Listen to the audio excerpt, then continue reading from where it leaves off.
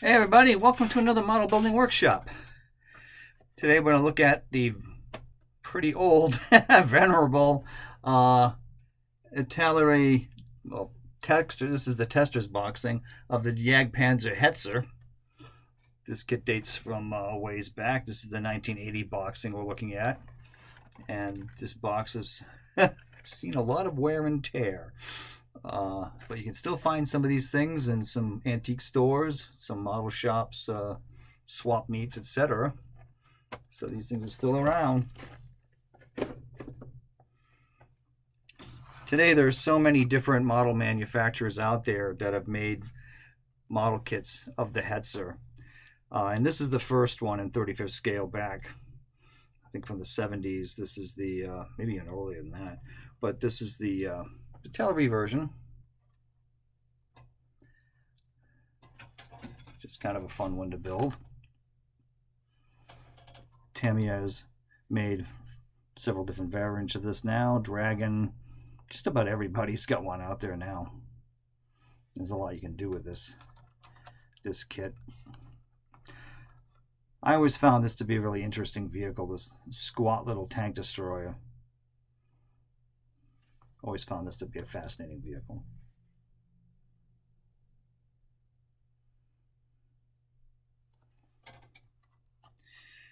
So Italeri based this on their Panzer 38T tank kit, which has also been around for like forever. And again, many manufacturers have put out a version of this tank as well. Tamiya has recently, like a year or two ago, put out a new molding of one of these, the ENF series. But there's lots of these out there now, lots of options. But this is the old original 35th scale kit of the 38T. It's got some pros and cons to this kit.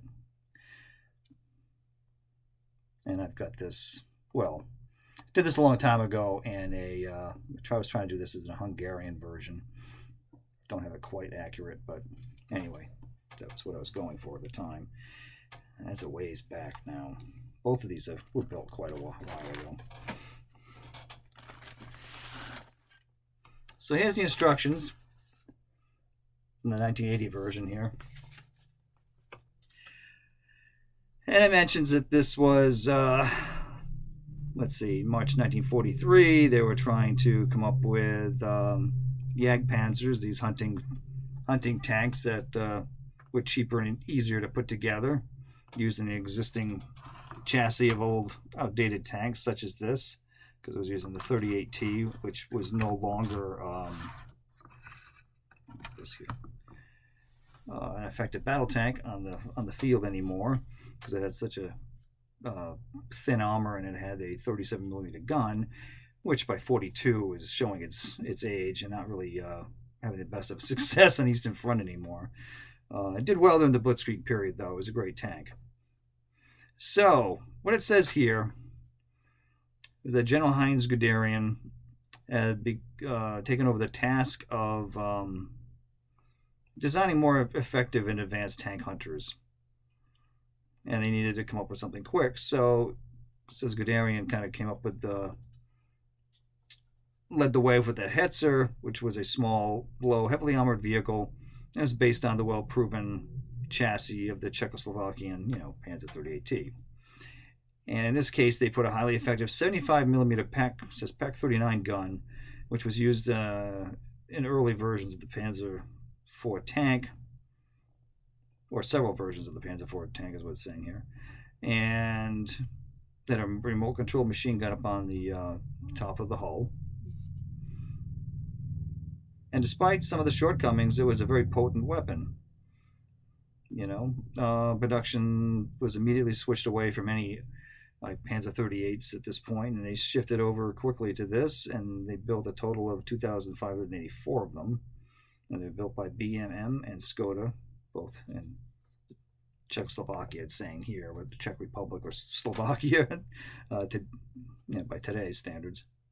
And the first Hetzers were delivered to troops in July 1944, and it saw extensive service in both Eastern and Western fronts. And it was a very popular vehicle with its crews. And they also came up with a flamethrower version and a howitzer version and a recovery version. All were done of this. So, let me show you the instruction sheet if you haven't seen one of these, because I know these kits have been around a while. And they are a bit of an eyeful, I would call it. It's kind of a lot going on there. And this is an old, tester's kit, so it has all that text for assembly. That was very popular back then, 1980. It's long written instructions,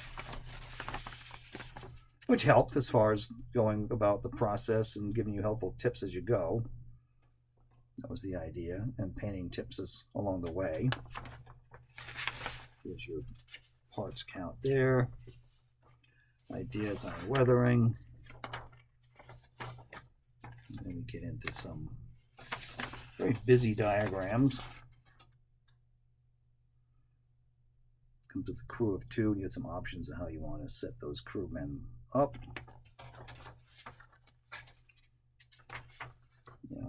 Optional placement of the periscope.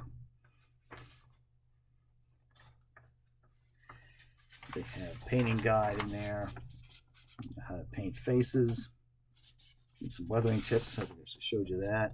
And here's the painting guide, which is very busy and gives you a variety of different types of painting options that were coming out later in the war.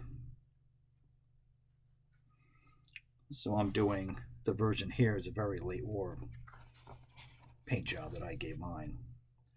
There are several different production periods of the Hetzer. It's unclear which version this one is. Other model manufacturers now have given you an early version, mid version, late version, etc.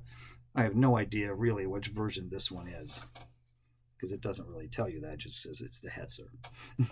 So, and as a guide to the markings, which explains the different divisions that are on the decal sheet. The Panzer Group Guderian, I don't know if that would have even been in use this late in the war, but there it is on the decal sheet. So they give you options of, and some of these are kind of common for those of us that build a lot of armor models. The Gross Deutschland Division is a very standard one to have included in your decal sheet, and that's the one that's got the German helmet per design, and that was one of those Greater Germany, so that was kind of like an all-star sort of thing. They would recruit soldiers from all across Germany, because a lot of the divisions back then were regional, recruited from the region, as opposed to across the entire length and breadth of a country, like Gross Deutschland was doing. That kind of picked from everywhere, and it was an elite army unit. Panzer Lehr Division, if I'm saying that correctly, which was that's the L. And that was originally built around the teachers at the Panzer School. Then you have the 8th SS Cavalry Division, Florian Geyer. The 2nd Panzer Division, Army. Again, another Panzer Lehr Division. And tactical marking for the tracked anti-tank guns. Anyway, so let's quick run through of the instructions. Decal sheet, which I don't know if this is still going to work since it's been sitting around since 1980, but hopefully it will, and you get some interesting options there. If you can see all the white ones, there's a lot of white. A lot of number of choices to go with. And we just discussed which units they are, and different choices of colors for the national marking. As to whether the white cross, the black outline, whether that's a German or Hungarian, I'm not completely sure. I know the Hungarians are also issued some of these as well.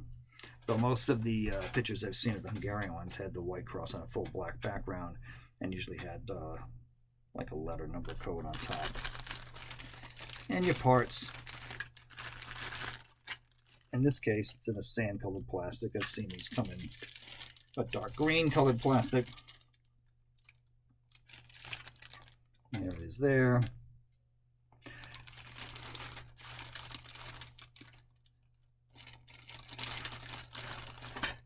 I can open this up here. It wasn't too much of a disaster.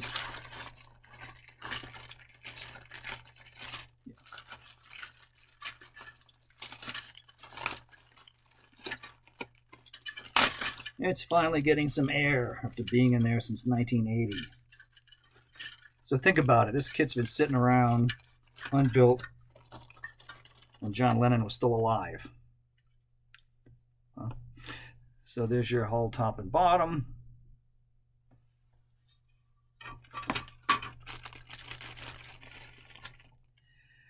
The crew figures, I think, are pretty dated and showing their age. The cannon's weird, and the two halves that you glue together, complete with all the interior part of the gun barrel. So that's an odd thing.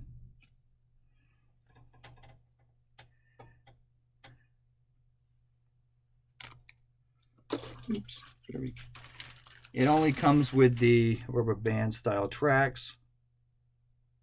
Even your spare tread pieces here are also in the vinyl, the rubber band style. That has pros and cons, which I can show you some of that in a second. Oh, there's the other drive wheel. That fell off. Wheels are not too bad. The only problem with the wheels is the back side. Yeah, they're not solid. So, I mean, you're not going to see that, but it is a little weak that they don't have the detail of the back of the wheel at all. And they use these little retaining rings here that you have to glue to hold the wheel to make it spin. If you want it to spin, that's how you have to do it. In fact, this suspension is set up in a way so the whole thing can move. That can be very inconvenient unless you're trying to design it to be climbing something, or you have a diorama in mind where you want it to be articulate and have it moving. But what it does, I don't know if you can see it there, it tends to make, because like I said, I did this a long time ago, I didn't realize it until after the fact. The rubber band treads tend to make the wheels go like this. Because I did not cement the suspension in place. If I had done so, then the tracks would have fit more, instead of giving this really rounded appearance, as you can see, because that's, the rubber band is kind of bending it up and creating this odd look.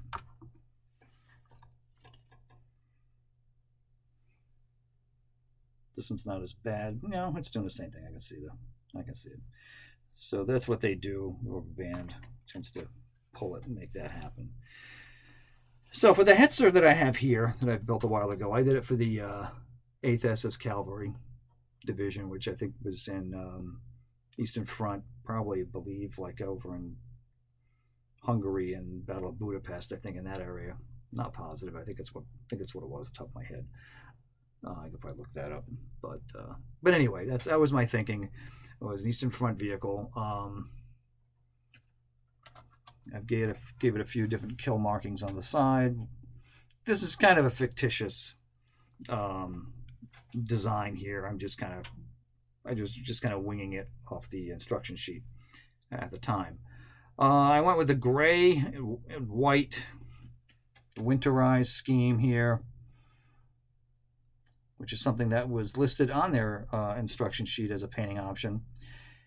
So one thing that had happened toward the end of World War II, sometime around late 44 onward, is that some of the factories producing German armor were running out of the dark yellow base color paint.